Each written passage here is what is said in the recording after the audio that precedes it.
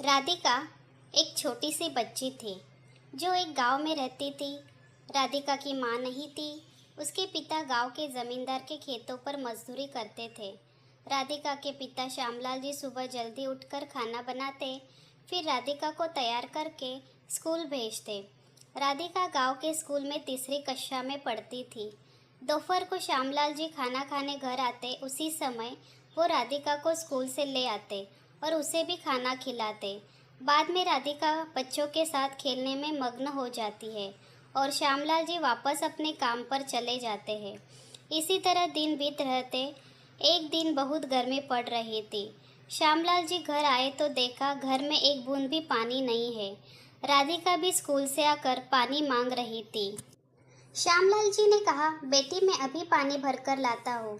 वे मटका लेकर पानी लेने कुएं की ओर चल पड़े, लेकिन तेज गर्मी से उन्हें चक्कर आ जाती है और वे वही कुएं के पास गिर जाते हैं। गांव के कुछ लोग उन्हें उठाकर घर ले आते हैं। श्यामलाल जी के सिर से खून निकल रहा था, जिसे देखकर राधिका डर जाती और रोने लगती है। श्यामलाल जी बेहोश थे। गांव के वैद्य जी को बुलाया जाता है। वे कहते हैं बहुत गर्मी के कारण ये बहुत कमज़ोर हो गए।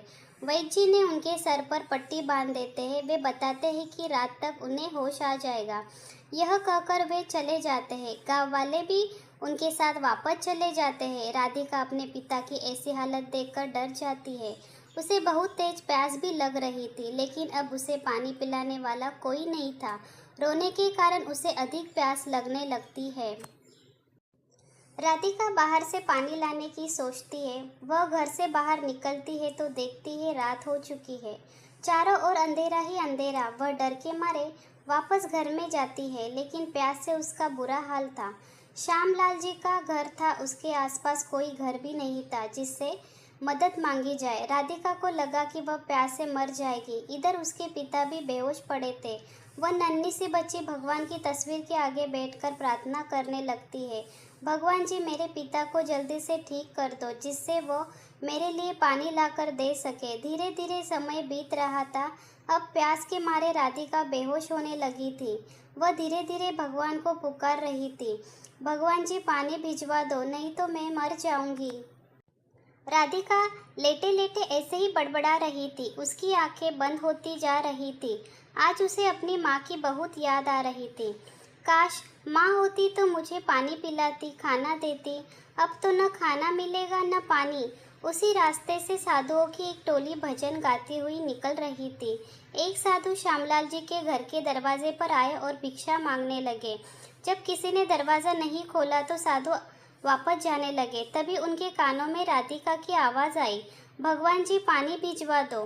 साधु ने दरवाजे को धकेला तो वह खुल गया। उन्होंने देखा एक बच्ची जमीन पर पड़ी हुई है। उन्होंने अन्य साधुओं को आवाज़ दी और अंदर आकर राधिका को पानी पिलाया। राधिका को कुछ होश आया। फिर उनमें से एक साधु ने राधिका को खाने के लिए दिया, जिसे खाकर राधिका ने पानी पिया। साधु ने पूछा, बेटी तुम बेहोश कैसे हो गई? तब राधिका ने सारी बात बता दी। फिर राधिका ने पूछा, आप भगवान हैं या भगवान जी ने आपको भेजा है? मैंने तो उनसे ही कहा था।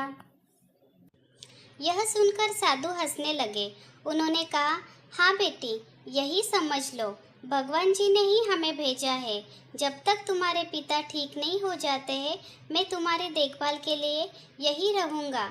बाकी साधु आगे चले जाते हैं। अगले दिन सुबह जब श्यामलाल जी को होश आता है तो वे साधु बाबा का धन्यवाद करते हैं कि उन्होंने उनकी बच्ची की जान बचाई। साधु बाबा कहते हैं, तुम्हारी बच्ची की सच्ची भावना के कारण ही हम यहाँ आ पाए। यह सब भगवान की कृपा है। यह लो, यह रख लो। जब तक यह तुम्हारे घर में रहेगा तुम्हें कोई परेशानी नहीं आएगी। यह कहकर साधु बाबा ने एक रुद्राक्ष श्यामलाल जी को दे दिया। इसके बाद साधु बाबा वहाँ से चले गए। श्यामलाल जी ने राधिका को गले से लगा लिया। बेटा, तेरी प्रार्थना भगवान ने सुन ली। अगर तुझे कुछ हो जाता तो मैं कभी अपने आप को माफ़ नहीं कर पाता। श्यामलाल जी ने साधु से मिला रुद्राक्ष पूजा के मंदिर में रख लिया। उसके बाद तो उनके दिन बदल गए। जमींदार ने श्यामलाल जी के काम से खुश होकर उन्हें थोड़ी सी ज़मीन दे दी, जिस पर वे खेती करने लगे। अच्छी फसल होने से वह दुगने दाम पर बिक गई।